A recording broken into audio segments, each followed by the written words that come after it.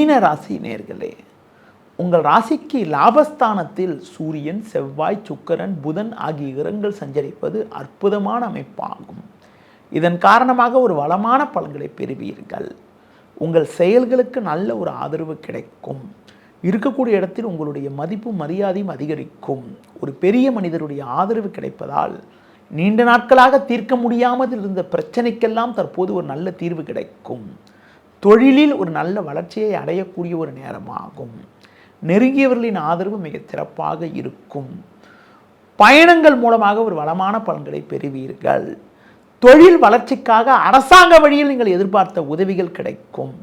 உத்தியோக ரீதியாக பார்க்கின்ற பொழுது உங்களுக்கு இருந்த கடந்த கால சோதனைகள் எல்லாம் தற்போது மறைந்து ஒரு வளமான பலன்களை அடையக்கூடிய ஒரு வாய்ப்புகள் உங்களுக்கு உண்டு.